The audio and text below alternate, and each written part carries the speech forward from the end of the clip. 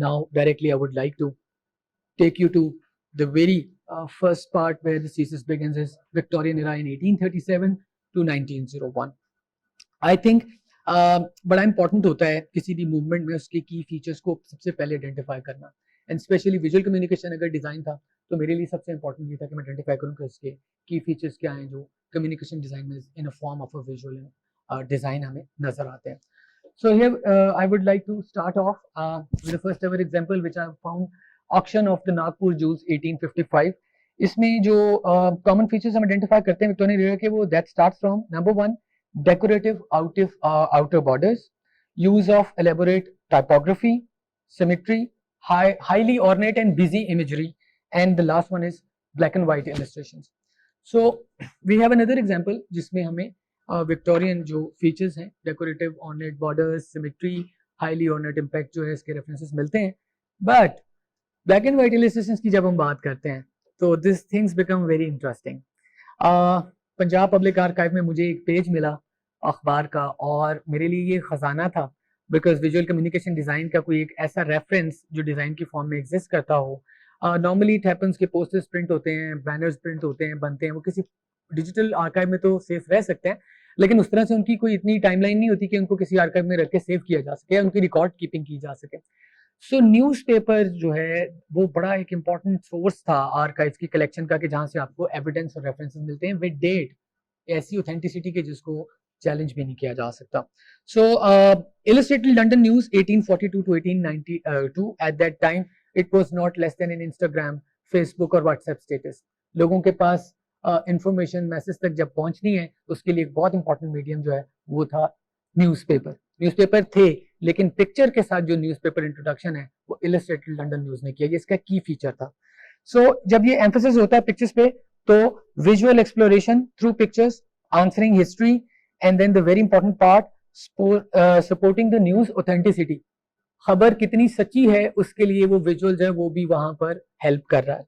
This was the very important features जो illustrated London news जो है इसके जरिए हमें हेल्प मिलती है और अंडरस्टैंड करने का एक जो है वो जरिया है कि किस तरह से विजुअल जो है वो लेआउट में कम्युनिकेशन के लिए इस्तेमाल हो रहे थे. So it is also believed के बिटवीन 1800 टू 1901 जितनी भी प्रिंटिंग और पब्लिकेशन हुई that was greater than the printed items which was have been done before. So this was very important sort of a sentence I would say, क्योंकि जो print production है और visual reproduction है वो 1800 से onward जो है वो मल्टीप्लाई हो जाती है. सो एक तरह की आप कह सकते हैं कि विजुअल जो है ना उसकी बम्बार्डमेंट शुरू हो जाती है ऑडियंस के ऊपर और मैसेज के पास उसकी अप्रोच पहुंच जाती है. ये लाहौर का व्यू है जो हम देख सकते हैं 1846 में लाहौर कैसा लगता था. सो इलस्ट्रेटेड लंडन न्यूज़ में xylography is the name of the process जिससे इन इमेजेस को रिप्रोड्यूस किया जाता था. वुड इंग्रेविंग्स जिसके साथ वुड ब्लॉक्स बनाए जाते हैं, इंप्रेशंस लिए जाते हैं और इसके जो इंप्रेशंस हैं वो रिप्रोड्यूस किए जाते हैं ताकि मैसेज तक जो है वो इसको डिस्ट्रीब्यूट किया जा सके. Then moving on towards another interesting image, फकीर तो हमें बड़ी आसानी से नजर आ जाते हैं लाहौर में, लेकिन 1846 में लाहौर के फकीर कैसे थे ये एक बड़ा इंपॉर्टेंट पेज था जहाँ से मुझे ये आर्काइव में मिला और मैंने इसको फिर यहाँ पर सेव किया कि लाहौर में फकीर कैसे थे. Then street scenes of Lahore, Lahore की गलियां कैसी थी. There are many paintings, there are many other references to, but visual communication design में इलस्ट्रेटेड लंदन न्यूज़ में वो कैसे हमें नजर आती हैं. That is why it is very important and it is in 1858. Then durbar of governor general at Lahore, तो ये उसका सीन है वेरी इंटरेस्टिंग. हम में से कोई भी इसको भूल नहीं सकता, द पंजाब एग्जीबिशन बिल्डिंग. और बड़ा ही ये मेरे लिए इंपॉर्टेंट और अच्छा था बिकॉज इसको देखकर एकदम मुझे ये लगा कि 1864 का व्यू है और ये बिल्डिंग अभी भी वैसी की वैसी है. So the opening and interior of the Punjab exhibition, और अंदर से उस वक्त एग्जीबिशन का एक जो है हमें वो भी एक व्यू नजर आता है और ओवरऑल एग्जीबिशन का एक समझ है वो भी वहाँ पर भी एक विजुअल में मिलता है. अच्छा, बड़ी इंपॉर्टेंट बात, फोटोग्राफी 1830 में आती है और ज़ेलोग्राफी हो रही है और इमेजेस बन रहे हैं. सो ये इमेज बड़ा इंपॉर्टेंट है. 1864 का ये जो एक फोटोग्राफ है ये यहाँ पर इसलिए कंपैरेटिव एनालिसिस के लिए लगाया गया है कि ज़ेलोग्राफी की टेक्निक जो है उसमें आर्टिस्ट की स्किल कितनी अच्छी थी, यानी उसने जैसा है वैसा है बनाने की कितनी किस हद तक जो है उसने उसको अचीव किया. तो इसका मतलब ये है कि जब हम बात कर रहे थे न्यूज़ ऑथेंटिसिटी की जो हैपनिंग हो रही है, अगर वो वॉर सीन है, कोई बिल्डिंग है या कोई भी सीन या इवेंट है, तो वो वैसा ही नजर आना चाहिए जैसा कि उस वक्त में था. So this is a window which works like a time machine to go back into the time and see at that time what was happening in Lahore actually. So this was very important.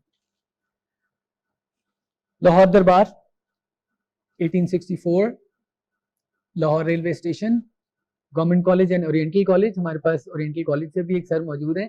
तो illustrated London news का ये जो image है ये आपके लिए. और उसके बाद न्यूज़पेपर एडवर्टाइजमेंट, लिप्टन टी. उस जमाने में भी लोग चाय पीते थे और लिप्टन टी का एड कुछ इस तरह का था. और अब आप देख सकते हैं, इसको कंपेयर कर सकते हैं कि हाउ इट इज इवॉल्व. अच्छा चलें, ये तो हो गया इलस्ट्रेटेड लंदन न्यूज़ ये था और वो पिक्चर्स बना रहा था और कॉलोनियल्स ने जनाब सबको मैसेज को बताना शुरू कर दिया, इंफॉर्मेशन देनी शुरू कर दी. दे बिकम टीचर्स, एजुकेटर्स, और एक मीडियम उनका है जो इस तरह से कर रहा है. अवध अखबार 1871, उर्दू का अखबार, लखनऊ में, छतर मंजिल, जिसको अम्ब्रेला पैलेस कहते हैं. तो ये उर्दू का जो अखबार है, इसको अगर हम कंपेयर करें इलस्ट्रेटेड लंदन न्यूज़ से, तो look at the name of the Awadh अखबार like illustrated, Lucknow like London news. फिर जी ये जो बिल्डिंग है छतर मंजिल की, ये रिप्लेस कर रही है एसटी पॉल कैथेड्रल का जो चर्च का इमेज है इलस्ट्रेटेड लंदन न्यूज़ में. उसी तरह से ये बिल्डिंग भी जो है उसको रिप्लेस करती है और रेप्लिकेट करती है. फिर जो ग्रिड उन्होंने इस्तेमाल किया है, कैप्शंस कहाँ पे लगाने हैं अखबार के. So we see that they were setting standards for visual communication design, के किस तरह से उसकी लेआउट बननी चाहिए और किस तरह से उसको कम्युनिकेट करना चाहिए. So this is a very important archive example which comes into a comparative analysis. Then military, civil and military gazette Lahore 1872. इसमें जो सबसे टॉप पर हम देख रहे हैं, जिसके ऊपर नेक्स्ट स्लाइड पे हम बड़ी डिटेल में बात करेंगे कि colonial coat of arms is basically important term, जिसको कि हम मॉडर्न लैंग्वेज में एम्ब्लेम लोगो भी कहते हैं. And then comes coming down towards the typography, जिसमें हमें फ्रैक्चर फॉन्ट जो है वो नजर आता है, जो कि लेटर प्रेस प्रिंटिंग के इन्वेंशन के बाद से बड़ा इंपॉर्टेंट है और बड़ा एंशिएंट फॉन्ट है. And then the grid system, जो कि अभी भी शायद बड़ा ही मिलता जुलता कॉलम्स का जो लेआउट है उसको अभी भी हम अखबारात में अगर देखें तो some sort of the format which is followed. Urdu की पहली किताब 1876 लंदन में छपी और इसमें ये इसको इसलिए चूज किया गया, वही Victorian features, decorative borders, highly embellished features. तो ये वो तमाम फीचर्स जो हमने आइडेंटिफाई किए थे उसके अकॉर्डिंगली हमने सैम्पलिंग की और जो यहाँ पर विजुअल्स हैं वो मौजूद है. और ये इंग्लैंड में प्रिंट हुई है. सर जॉन लॉकवुड किपलिंग ने इसको डिजाइन किया हुआ था. पॉलो कोएल्हो की जो अल्केमिस्ट की थ्योरी है वो बड़ी practically that comes into play while I was collecting data. जब एक चीज आप करने लगते हैं, सारी कायनात अलग अलग की तरफ से आपकी मदद कर रही होती है. जब मैं पंजाब आर्काइव्स में था तो मुझे ज़रूरत थी कि उस ज़माने की कोई प्रिंटिंग की, कोई रेफरेंस की, कोई ऐसी चीज़ मिले कि पता चले इस वक्त प्रेस में क्या हो रहा था.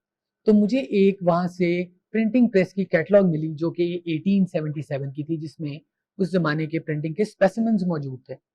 इसमें सबसे पहला स्पेसिमेन जो मैं शेयर कर रहा हूँ आपके साथ वो है एंटीक फॉन्ट्स, उनके साइजेस, उनके स्टाइल्स. आज तो हम कंप्यूटर में जाके फॉन्ट साइज सेलेक्ट करते हैं. उस वक्त के ज़माने में ये जो था कैटलॉग, ये हेल्प करता था कस्टमर्स को और डिज़ाइनर्स को कि अपने फॉन्ट का साइज और टाइप कौन सा सेलेक्ट करना है.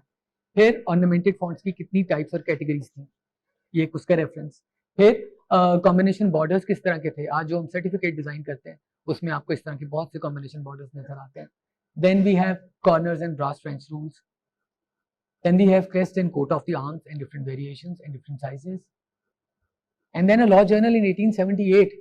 इसमें तमाम विक्टोरियन जो फीचर्स जिसकी हम अभी बात कर रहे थे, और फिर हमें British coat of the arms के अंदर लिखा हुआ अनवारुल शम्स, जो कि लॉ जर्नल का टाइटल नेम है, वो भी नजर आता है.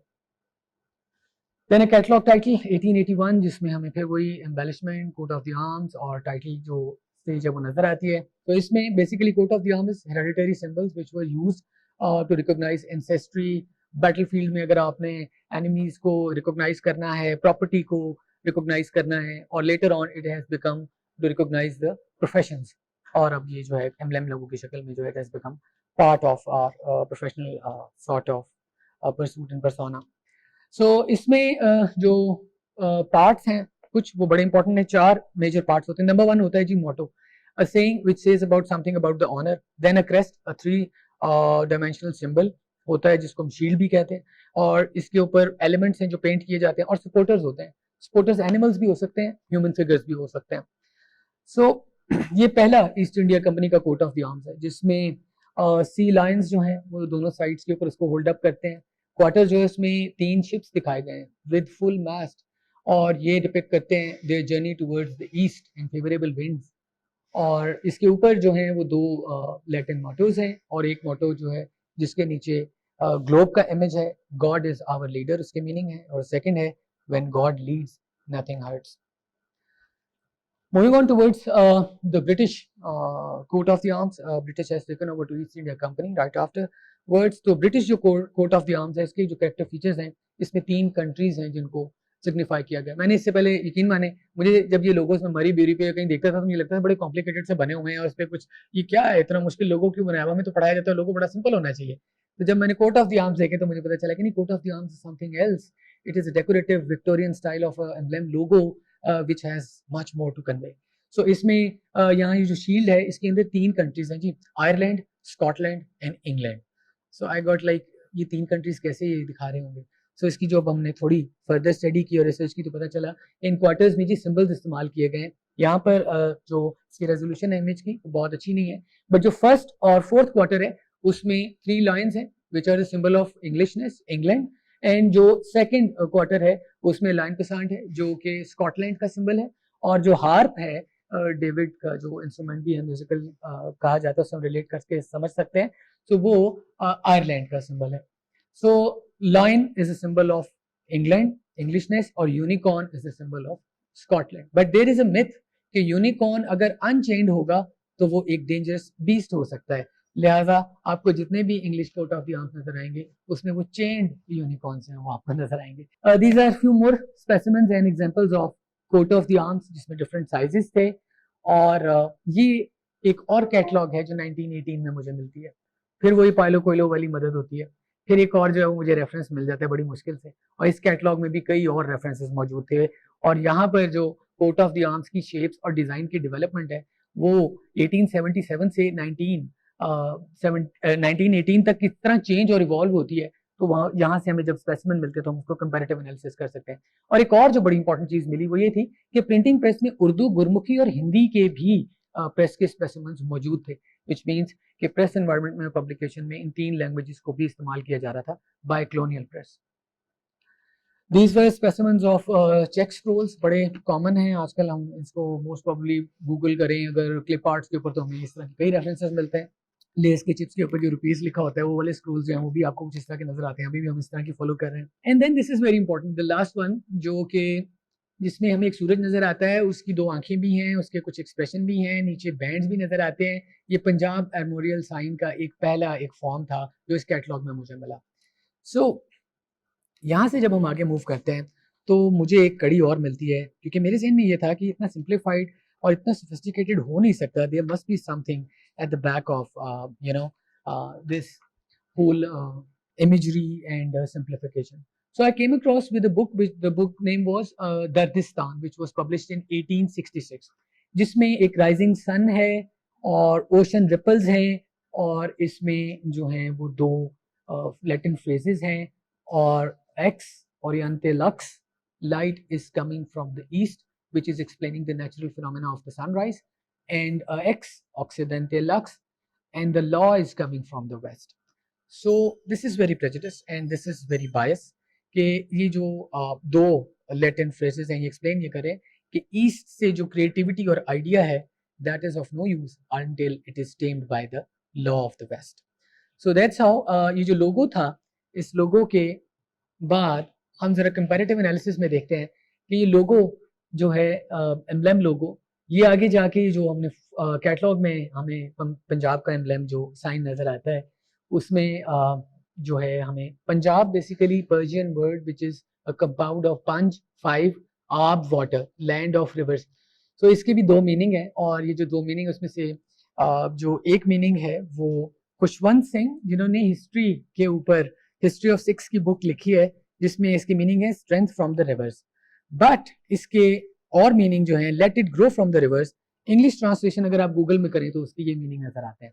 सो दीज आर द 2 मीनिंग्स, और जिसके ऊपर फर्दर डिबेट हो सकती है कौन सा अच्छा है और कौन सा सही है और कैसा है। सो ये जो माटो है क्रस काते फिलिबस, इसके ये माने हैं, और जो पंजाब आर्मोरियल एंड ये हमें दिखाई दे रहा है सबसे एंड में, ये एफ.एस. इजाजुद्दीन की किताबों में उस वक्त के जितने पुलिस स्टेशन और जितने पोस्ट ऑफिस और जितनी कॉलोनियल बिल्डिंग्स नजर आती हैं उस पर ये आम जो है ये माउंट किया जाता था, और इट वाज परसीव्ड एज कि पंजाब ने ये जो आम है इसको अर्न किया है as per the colonial language की, ये इसकी सिग्निफिकेंस क्या है। फिर Lionel Heath was the principal at Mayo School of Arts in 1917।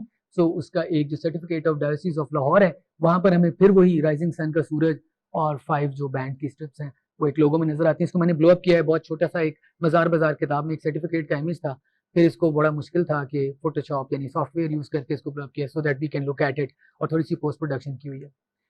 फिर एक और इंतहाई इंपॉर्टेंट चीज जो मुझे मिली, और उसके लिए मैं क्रेडिट दूंगा प्रोफेसर डॉक्टर राफिया ताहिर को। She is been to an exhibition from Jallianwala Bagh exhibition, और ये जो एग्जीबिशन थी इसमें शी सेड कि वहां आपको जाना चाहिए और देखना चाहिए, हो सकता है आपको वहां पे साइन और सिंबल्स मिले।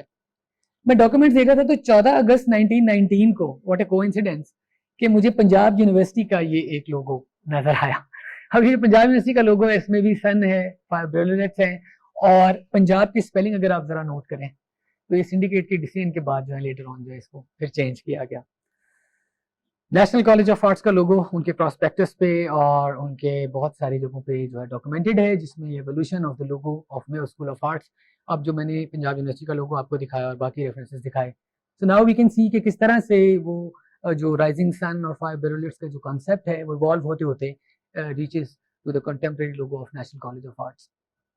अंग्रेज जब आए तो उन्होंने सिर्फ सोर्सेज नहीं लिए, उन्होंने कुछ चीजें यहाँ के आर्ट की भी पकड़ के ओन करनी शुरू कर दी। उसमें से एक थी सील और स्टैम्प का डिजाइन। मुगलों के जमाने में फरमान के ऊपर वो बहुत यूज हो रहा था। सो पंजाब आर्काइव्स में मुझे जब एक ये सील मेरे सामने आई तो इसमें एक इंटरेस्टिंग चीज ये थी कि इसमें 3 लैंग्वेजेस थी, Gurmukhi, Urdu and English, which means कि 3 तरह के तबकात को कम्युनिकेट करने के लिए इस्तेमाल हो। अंग्रेजों का सबसे बड़ा मसला ये था जब वो यहाँ पर आए सब कॉन्टिनेंट में कि कम्युनिकेट कैसे किया जाए इंडियंस के साथ। सो आई केम लेटर ओवर इट कि बड़ा जो है ना एक जो है ना क्रिटिकल था उनके लिए कि कम्युनिकेशन बड़ी जरूरी है। 1848 में ये एक एग्जीक्यूशन वारंट है, Lawrence John Lawrence execution warrant है 1848, जिसकी ये सील थी। उसके बाद मुझे कुछ और भी रेफरेंसेस मिले जो सील के डिजाइन के रेफरेंसेस थे बिटवीन 1858 टू 1883। थीसिस में इनको क्रोनोलॉजिकली इन रेफरेंसेस को रिकॉर्ड किया गया है, यहाँ पर सिर्फ एग्जांपल्स के लिए दिखाए गए हैं और टाइम पीरियड जो है वो आपके साथ शेयर किया गया है।